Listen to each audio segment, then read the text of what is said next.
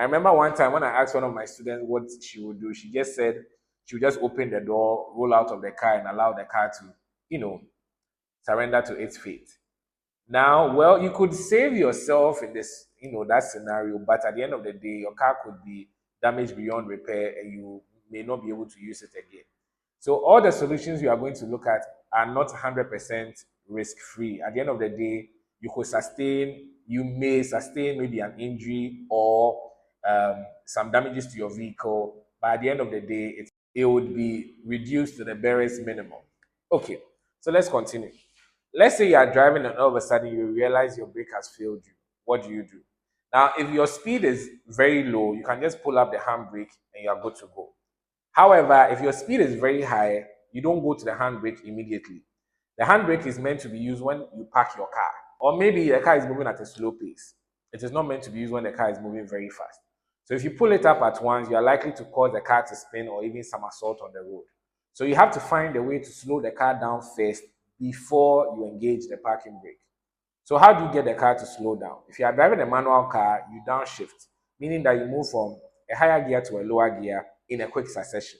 So from fifth gear, you go to fourth, you go to third, second, then second, first.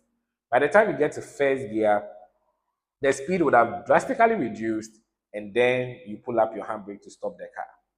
If you are driving an automatic car, automatic cars have lower gears. Some you see 2 and 1, 2 and L. Some you also see, for the Toyota Vitz like this, you see S and B. The B is engine braking. Now, the moment you shift to engine braking, the speed is drastically reduced, and then you use your parking brake to stop the car. For the other lower gears, 2 and 1, they drastically slow down the car, and then you can, apply your handbrake, and then the car eventually stops. So these are solutions that you can use. Another solution you can also use is pumping your brakes. Now, the pumping of your brakes, you don't waste too much time with it. You press it continuously about 3-4 times, and hopefully it will take effect. It's almost like you are using your remote and you press the button and you realize it's not working, then you keep pressing with the hopes that it eventually works. Now, the kick here is that if your braking system is still intact, it would work. However, if there's a leakage in the system, it will not work. So what happens is when you apply the brakes, it basically pushes brake fluid, which generates hydraulic pressure, which causes your brakes to work. So your brakes need, pressure in the hydraulic system to be able to take effect. So if, let's say, there's a leakage, it's almost like you have a hole in the balloon and you are pumping air into it. The more air you pump into it,